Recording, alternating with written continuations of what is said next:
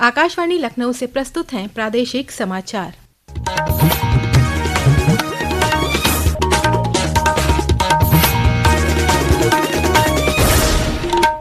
मुख्य समाचार। मुख्यमंत्री योगी आदित्यनाथ और केंद्रीय कृषि मंत्री शिवराज सिंह चौहान आज लखनऊ में क्षेत्रीय कृषि सम्मेलन में हुए शामिल। केंद्रीय कृषि मंत्री ने कहा, हर राज्य अपनी जलवायु के हिसाब से बनाए कृषि रोड मैप। मुख्यमंत्री ने कहा, उत्तर प्रदेश में लैब टू लैंड की अवधारणा से किसानों को हुआ लाभ। मुख्यमंत्री ने आज लखनऊ में 3 दिवसीय रश्मि रथी पर्व का किया शुभारंभ। कहा, दिनकर जी ने रचनाओं के माध्यम से राष्ट्र की चेतना को किया जागरूक। और अयोध्या में श्री राम मंदिर परिसर में श्रद्धालुओं की सुविधा के लिए अब जारी होंगे 2 तरह के पास। एक पास पर अधिकतम 5 श्रद्धालु कर सकेंगे दर्शन। नमस्कार, प्रदेश के समाचारों के साथ मैं तनवीर फातिमा और अब समाचार विस्तार से।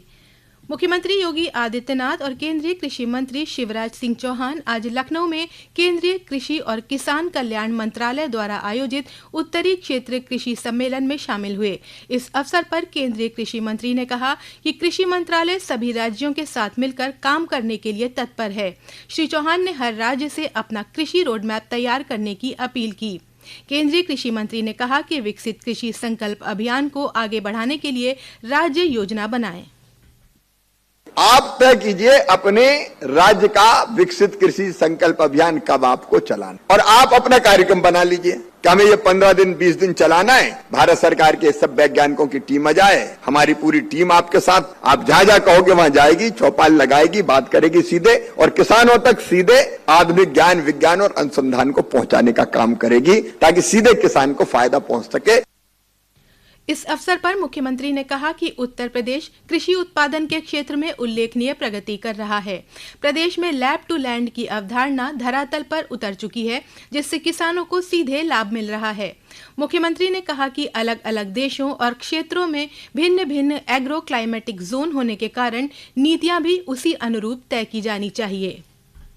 अलग अलग देश के अलग अलग क्षेत्रों में अलग अलग एग्रो क्लाइमेटिक जोन होने के कारण वहाँ की अपनी भौगोलिक और क्षेत्रीय स्थितियां वहाँ उस क्षेत्र के अनुसार तय करना, और अगर हम लोग अलग अलग जोन में इस प्रकार की गोष्ठी करते हैं तो उसके परिणाम भी आते हैं। पहली बार अपने इनोवेशन को व्यवहारिक धरातल पर उतारने के लिए एक बेहतरीन अवसर प्राप्त हुआ है कि लैब में हम अलग से कोई अनुसंधान करें और फिर उसको लैंड तक आने में जो समय लगता था, अब लैब को ही लैंड तक पहुंचा दिया है। इस सम्मेलन में विषयगत सत्रों के दौरान किसान क्रेडिट कार्ड, कृषि अवसंरचना कोष, बागवानी की अपार क्षमता, दलहन आत्मनिर्भरता मिशन, राष्ट्रीय खाद्य तेल तिलहन मिशन और डिजिटल कृषि मिशन के अंतर्गत किसान रजिस्ट्री जैसे प्रमुख विषयों पर गहन समीक्षा और चर्चा हुई। सम्मेलन में केंद्रीय कृषि और किसान कल्याण राज्य मंत्री रामनाथ ठाकुर और भागीरथ चौधरी भी मौजूद रहे। वहीं उत्तर प्रदेश के कृषि मंत्री सूर्य प्रताप शाही सहित 9 राज्यों और केंद्र शासित प्रदेशों के मंत्री सम्मिलित हुए। प्रधानमंत्री नरेंद्र मोदी के 28 अप्रैल को वाराणसी में प्रस्तावित दौरे को लेकर तैयारियां तेज हो गई हैं। इसी क्रम में आज भारतीय जनता पार्टी के प्रदेश अध्यक्ष और केंद्रीय वित्त राज्य मंत्री पंकज चौधरी ने वाराणसी में प्रधानमंत्री के प्रस्तावित दौरे पर आयोजित होने वाले नारी शक्ति वंदन कार्यक्रम की तैयारियों की समीक्षा की। इस संवाद कार्यक्रम में 40,000 से ज्यादा महिलाओं के भाग लेने की उम्मीद है। प्रधानमंत्री इस मौके पर मंच से काशी को 6,200 करोड़ रुपए से ज्यादा की परियोजनाओं की सौगात देंगे।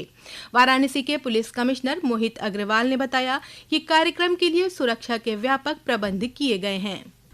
इसको लेकर के वहाँ पर मंच का निर्माण, बैरिकेटिंग, डी इत्यादि का कार्य चल रहा है। हम लोगों ने 50 DFMD वहाँ पर लगाई है। 50 जगहों से चेकिंग होकर के लोग सभा स्थल में प्रवेश कर सकेंगे। इसके अलावा सभा स्थल में जो ड्यूटियां हैं, क्योंकि महिलाओं की ये पूरी रैली होने जा रही है, इसलिए महिला पुलिस कर्मियों की ही ड्यूटी वहाँ पर लगाई जा रही है। पूरी सुरक्षा की कमान महिलाओं के हाथ में होगी। लगभग 1000 महिला पुलिसकर्मी वहाँ पर तैनात किए जा रहे हैं।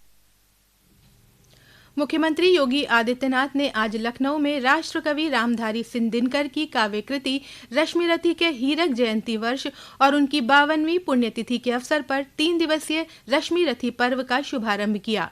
इस दौरान रश्मिरथी से संवाद स्मारिका का विमोचन किया गया। कार्यक्रम को संबोधित करते हुए मुख्यमंत्री ने रामधारी सिंह दिनकर की स्मृतियों को याद किया। उनकी कविताओं के जरिए विपक्ष पर निशाना भी साधा। उन्होंने कहा कि दिनकर जी ने अपनी रचनाओं के माध्यम से राष्ट्र की चेतना को जागरूक किया। ये समाचार आप आकाशवाणी लखनऊ से सुन रहे हैं। ताज़ा समाचार जानने के लिए आप हमारी वेबसाइट newsonair.gov.in पर लॉगिन कर सकते हैं। इसके साथ ही आप प्रादेशिक समाचारों का ये बुलेटिन हमारे YouTube channel news on AIR Lucknow पर भी सुन सकते हैं।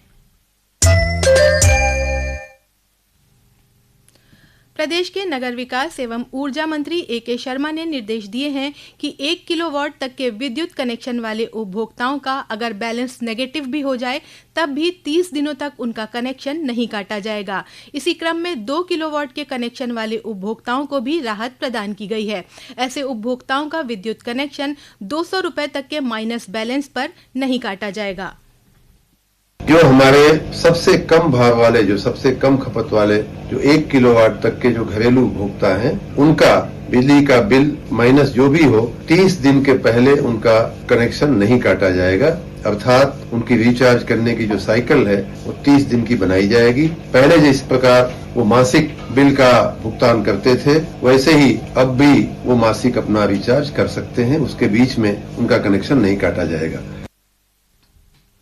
उत्तर प्रदेश माध्यमिक संस्कृत शिक्षा परिषद की वर्ष 2026 की पूर्व मध्यमा द्वितीय कक्षा 10वीं से उत्तर मध्यमा द्वितीय कक्षा 12वीं तक की परीक्षाओं का परिणाम आज जारी कर दिया गया। पूर्व मध्यमा द्वितीय परीक्षा में कुल उत्तीर्ण प्रतिशत 95.91 रहा।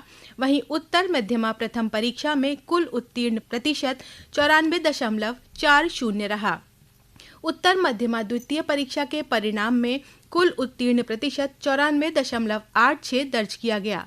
पूर्व मध्यमा द्वितीय में कन्नौज की सृष्टि, उत्तर मध्यमा द्वितीय में प्रतापगढ़ के रजनीश यादव ने शीर्ष स्थान प्राप्त किया है। नए आयकर कानून के बारे में लोगों को जागरूक करने के उद्देश्य से आज लखनऊ में आयकर विभाग के उत्तर प्रदेश पूर्वी कार्यालय ने एक आउटरीच कार्यक्रम का आयोजन किया। कार्यक्रम में केंद्रीय प्रत्यक्ष कर बोर्ड विधि के सदस्य प्रसेनजीत सिंह ने कहा कि नया कानून करदाताओं की सुविधा को ध्यान में रखकर बनाया गया है। प्रदेश का गन्ना विकास और चीनी उद्योग विभाग गन्ने की फसल का जीपीएस सर्वेक्षण कराएगा। गन्ना विकास और चीनी उद्योग आयुक्त वीना कुमारी मीना ने बताया कि पेराई सत्र 2026-27 के लिए गन्ना सर्वेक्षण नीति जारी कर दी गई है। ये जीपीएस सर्वेक्षण 1 मई से शुरू होकर 30 जून 2026 तक चलेगा। इसकी सूचना 3 दिन पहले सभी रजिस्टर्ड गन्ना किसानों को मोबाइल एसएमएस के जरिए दी जाएगी। सर्वेक्षण के दौरान किसान की मौजूदगी जरूरी होगी। अयोध्या के श्री राम जन्मभूमि तीर्थ क्षेत्र ट्रस्ट ने श्रद्धालुओं की सुविधा के लिए 2 प्रकार के पास, सुगम और सामान्य दर्शन जारी किए हैं। सुगम दर्शन पास के जरिए श्रद्धालु रामलला, राम परिवार और परकोटा के 6 मंदिरों के दर्शन कर सकेंगे, जबकि सामान्य दर्शन पास में रामलला, राम परिवार, शेषावतार मंदिर, सप्त मंदिर और कुबेर टीले के दर्शन शामिल हैं। इसके साथ ही अब एक पास पर अधिकतम 5 श्रद्धालु ही दर्शन कर सकेंगे, जबकि पहले ये संख्या 8 थी। प्रदेश के कई जिलों में भीषण गर्मी और लू का प्रकोप जारी है। इटावा में जिला प्रशासन ने लोगों से दोपहर 12 से 3 बजे तक घर से बाहर न निकलने की अपील की है। लखनऊ मौसम विज्ञान केंद्र के वरिष्ठ मौसम वैज्ञानिक अतुल कुमार सिंह ने बताया कि अगले 2 दिनों में राजधानी लखनऊ सहित अधिकांश जिलों में तापमान में वृद्धि का अनुमान है।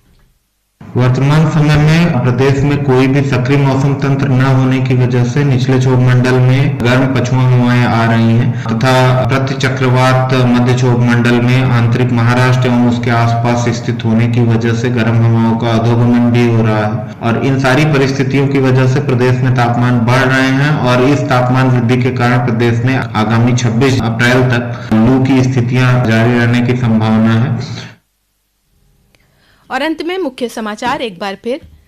मुख्यमंत्री योगी आदित्यनाथ और केंद्रीय कृषि मंत्री शिवराज सिंह चौहान आज लखनऊ में क्षेत्रीय कृषि सम्मेलन में हुए शामिल। केंद्रीय कृषि मंत्री ने कहा, हर राज्य अपनी जलवायु के हिसाब से बनाए कृषि रोड मैप। मुख्यमंत्री ने कहा, उत्तर प्रदेश में लैब टू लैंड की अवधारणा से किसानों को हुआ लाभ। मुख्यमंत्री ने आज लखनऊ में 3 दिवसीय रश्मि रथी पर्व का किया शुभारंभ। कहा, दिनकर जी ने रचनाओं के माध्यम से राष्ट्र की चेतना को किया जागरूक। और अयोध्या में श्री राम मंदिर परिसर में श्रद्धालुओं की सुविधा के लिए अब जारी होंगे 2 तरह के पास। एक पास पर अधिकतम 5 श्रद्धालु कर सकेंगे दर्शन। इसी के साथ प्रादेशिक समाचारों का ये बुलेटिन समाप्त हुआ। अगला बुलेटिन रात 8 बजे FM पर प्रसारित किया जाएगा।